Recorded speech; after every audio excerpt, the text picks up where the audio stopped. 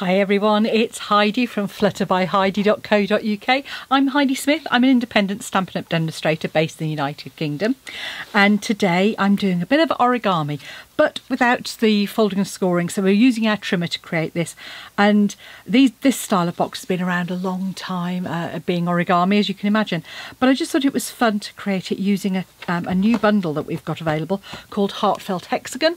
Bundled savings, so you get the 10% if you buy the two together, but it's a lovely, we've got these super outlines for the hexagon, floral accents, and just a great way of adding some layers.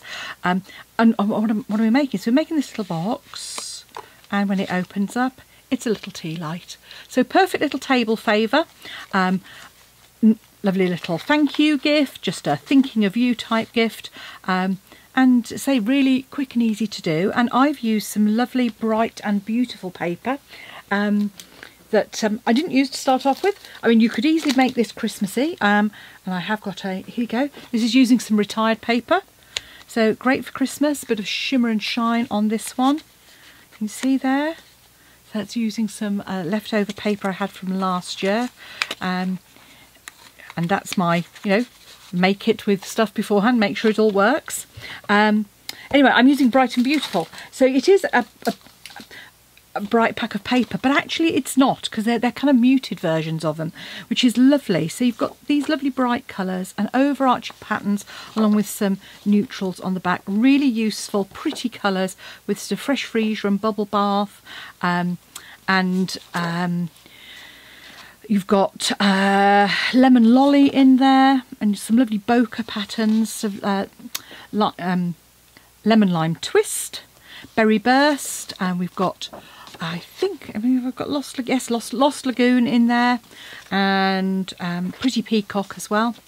You see, sort of anybody who likes a kind of a rainbow or an ombre effect, you're going to love some of this with the stuff shading. So it's 6x6 paper, so it's perfect for this project because you don't have to do any cutting. You can literally just take a piece of 6x6 and do it. And I'm just going to show you how you can modify the punch, because obviously this is much bigger than this is. So we're just going to do a bit of modifying on that as well. So I'm going to use this on the next one. I'm going to try using this one instead. So you've got one that's just dots, and this one's got a line and dots. So in terms of modifying, I'm going to grab a bit of... so I'm going to come in, and I'm using the one that hasn't got the line, because I think it'll be easier to line up. Just going to ink up my outline and just stamp. My cardstock's about 1.5 inches in width. I'm going to come in and line that up. Just see, hopefully there. Punch. Then using a piece of post-it note, stick that on the end, pop that back in, and I'm just eyeballing so that it's sort of around about the same number of dots on each side. And punching again. Now once I've done that, I'm just going to come in with that top edge, just ink up the edge, line it up with the outside of the punch. It's just about lined up. Might be easier if I lined it, if I had a piece of cardstock actually to help me thinking about it. Probably would have done. But anyway, it's there or thereabouts. I'm just going to grab my For You stamp now, and I'm using my Berry Burst, so you can see it's already going to be stained. Just pop a For You in there, my Berry Burst, and then I'm using the little heart stamp with some bubble bath ink.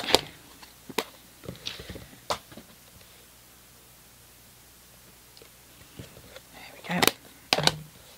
That's all the stamping I'm going to do. But what I am going to do now is I'm going to add this onto a piece of card to get my border. So, easiest way to do that is I'm going to punch myself on my hexagons first. I'm going to add some adhesive to the back. Take my bit of post-it note off that was left.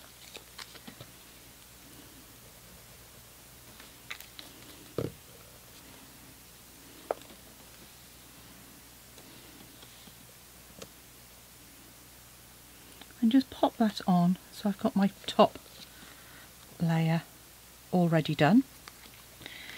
Back in with a bit of post-it note. You should be able to use the same one again.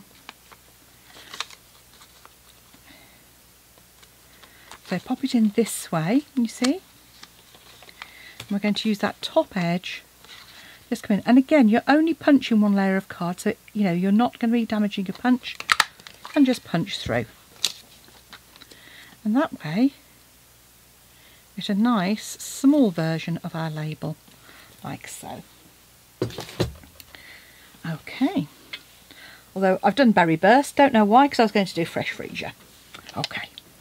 Let's see, I might have to choose. Might be okay, because this is the DSP. Yes, it should be okay. So the DSP I'm going to use, I might even use the stripes. Okay. So I'm going to use one piece of DSP, so 6x6 piece. I have done the measurements there, obviously millimetres. I'm going to just do this in inches because they work out better in inches. On the one side, so on this side, so it's 6x6, you're going to score at 3/4, flip it round 180 degrees and 3/4, and then I'm going to score at 1.5 and 1 7/8. I've done my 3/4. I'm going to go 1.5 and 1 7/8. So you've got two sets of score lines exactly the same on each side. Turn it through 90 degrees. So we're now going to go vertical, and you're going to score at 1.5 and 2 1/4. Now, although I'm going back up and down a couple of times, I'm only doing that lightly. I don't want to go through my DSP. Again, 180 degrees, so all the way around, 1.5 and 2 1/4. Pop your trimmer away, because that's all the scoring we're going to do. All I want you to do now is just fold and reinforce these creases.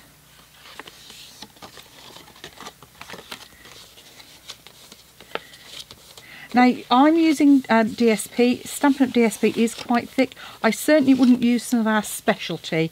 I did look at some of the Christmas ones, but it is quite thick. So what I want you to do now is orientate it so you've got that narrow score line. So you've got a little score line there that runs top to bottom. And you're going to fold in the 4 corners, not to the first but to the second score line from the counting from the top. So just fold in, the same on the bottom. And I'm just folding up to that score line. Same on the other side. On the side. So again, add the narrow ones are still here and here. Okay. So you have a piece that looks like this. Now you want to fold in these 2 side pieces. I'm just going to grab my bone folder and just help reinforce those. Okay. Now this is the trickiest bit. We're going to open that up and just, so on one side, open it up slightly, fold this bit in and fold the corner back down so you've got like a little flap over the top. Like so. You see? So you folded it in and you've got like a little crease here. Repeat that on the other side. So open it out, fold that in, and then you're using that little, there is a little triangle there already. So you're just going to, hopefully you should find it'll fold quite naturally. Like so. Again, just make sure those creases are nice and square. Nice and true. Now we want to actually add some adhesive to this. Now you don't have to use adhesive, but I find it works. It is better to use a bit of adhesive. I'm just going to use, you could use some double-sided tape. I'm just going to pop a single strip across this wide section here and snip. So in the middle you've got a little rectangle, and this is going in the rectangle just the other side of that, on each side. So we've got like narrow lines, central rectangle, and then this goes in that bit. So we're going to fold those corners, and that's going to just hold those two corners in place like so. Then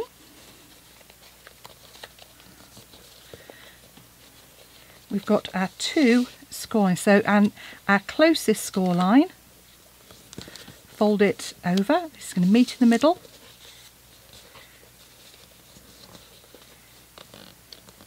Like so. And then all you're going to do is just holding that, open it out and squash fold to the corner. See that? And do the same the other side.